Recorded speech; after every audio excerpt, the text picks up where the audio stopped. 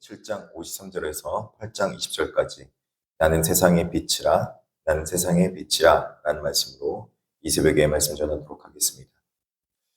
오늘 본문인 요한복음 8장은 참으로 극적인 장면이 등장합니다. 예수님께서 성전에서 가르치실 때 서기관들과 바리새인들이 간음 중에 잡힌 여인을 끌고 와 무리 가운데 세웁니다. 그리고 예수님께 모세의 율법을 들어 이 여인을 돌로 쳐야 하는지 물어보고 있습니다. 겉으로는 그냥 물어보는 것 같지만 이 율법을 해석함에 있어서 예수님을 고발할 비밀을 찾고 있는 것입니다. 악의적인 함정이었던 것이죠. 오늘 이 사건을 통해서 우리를 향한 예수님의 시선과 우리가 걸어가야 할 빛의 길을 함께 나눠보도록 하겠습니다. 첫 번째는 정죄보다 자비를 택하신 예수님을 볼 수 있습니다. 간음한 여인의 이야기는 율법의 이름으로 자행된 인간의 위선과 생명을 살리시는 예수님의 자비가 선명하게 대조되는 장면입니다. 종교 지도자들의 목적은 결코 정의나 거룩한 실현이 아니었습니다. 그들은 한 사람의 치명적인 죄와 수치를 철저하게 이용해서 오히려 이것들을 온천하만방에 드러내고 예수님을 올무에 빠뜨리려고 하는 계획이었습니다. 이 대목에서 우리는 스스로 돌아봐야 합니다. 혹시 우리도 하나님의 말씀을 가지고 타인을 정죄하고 타인을 판단하는 무기로 사용하고 있지는 않습니까? 율법은 다른 사람의 죄를 고발하기 위한 도구가 아니라 인간이 얼마나 연약하고 또 말씀 앞에 비춰섰을 때 자기 자신이 얼마나 부족한 존재인가를 깨달아 알게 하는 거울과 같은 것입니다.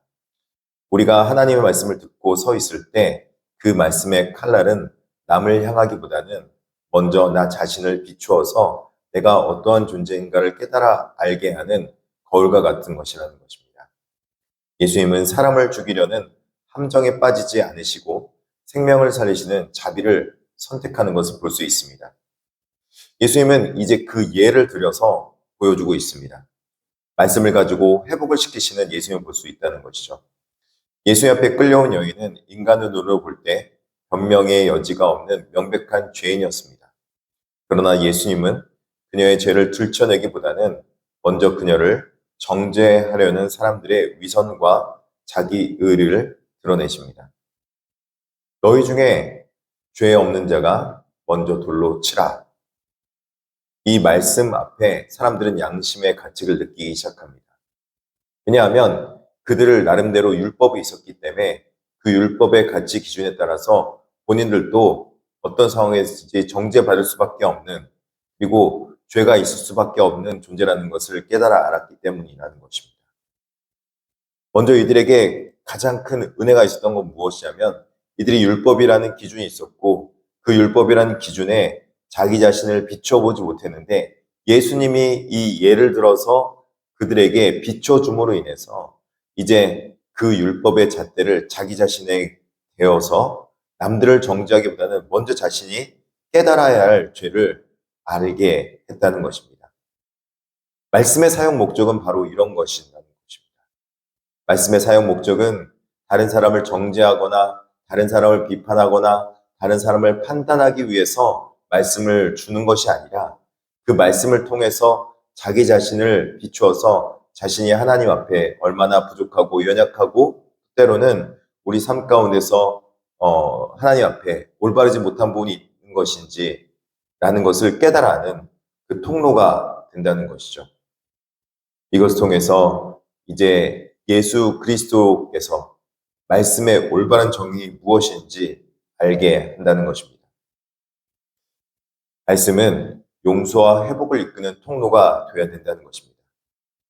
예수님은 이제 이 여인에게 다시는 죄를 범하지 말라라는 말씀으로 용서하시며 삶의 변화로 새로운 시작을 할 수 있도록 그녀에게 기회를 준다는 것을 볼 수 있습니다. 이제 예수님께서는 이것을 통해서 어둠을 비치는 생명의 빛이신 예수님께서 하신 일이 무엇인지 분명하게 말씀해 주십니다. 예수님은 자신을 가리켜 나는 세상의 빛이라고 선포하십니다. 이는 단순한 비유가 아닙니다. 예수님이야말로 죄 가운데, 절망 가운데 빠져 있는 사람들에게 자기 자신을 비추어서 얼마나 연약하고 부족한 존재인가를 깨달아 알게 하고, 그 가운데 이들이 생명의 빛이신 예수님의 용서함과 또 예수님의 긍휼하심의 죄사함의 은혜를 맛볼 수 있도록 이들을 부르시는 것입니다. 그리스도인은 빛으로 오신 예수님 옆에서 어떤 태도로 살아가야 할지 끊임없이 고민해야 합니다. 주님의 빛은 우리 안에 숨겨진 죄와 위선을 남김없이 비추어 우리를 진실한 회개의 자리로 나아가게 합니다. 그러므로 우리는 그 빛 앞에 우리의 연약함을 숨기지 말고 온전히 빛 가운데로 행해야 합니다. 나아가 주님의 생명의 빛을 품고 어둡고 상처받은 세상 속에 그 빛을 반사하며 살아가는 자들이 되어야 합니다. 예수님은 정죄의 돌을 들고 분노하는 세상 한가운데서 용서와 자비의 손을 내미셨습니다. 우리를 고발하던 죄의 멍에를 벗겨주시고 어둠에서 건져내어 생명의 빛으로 인도하신 것입니다. 오늘 하루 내 손에 들려있는 정죄의 돌을 조용히 내려놓고 나를 살리신 은혜의 빛을 세상에 나누는 복된 걸음이 되시기를 진심으로 소망합니다. 기도하겠습니다.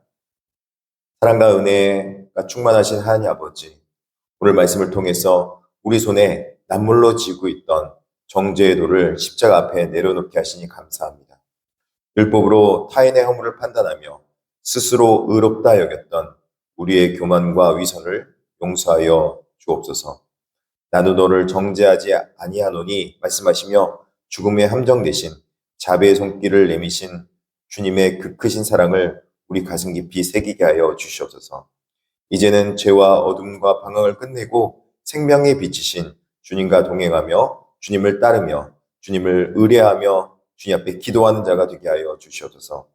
특별하게 성도님들께서 예수 그리스도의 이름으로 기도할 때마다 용서와 회복의 길이 열리게 하여 주시옵시고 영적인 회복과 육체적인 회복과 하나님 앞에 무엇보다도 이 땅 가운데 살아가는 구원의 빛이 임하여서 또 육신의 치유와 나음과 또 하나님의 일을 감당할 수 있는 선교적인 삶을 살아낼 수 있도록 주께서 인도하여 주시옵소서.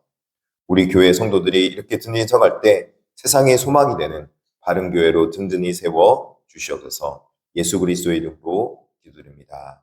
아멘.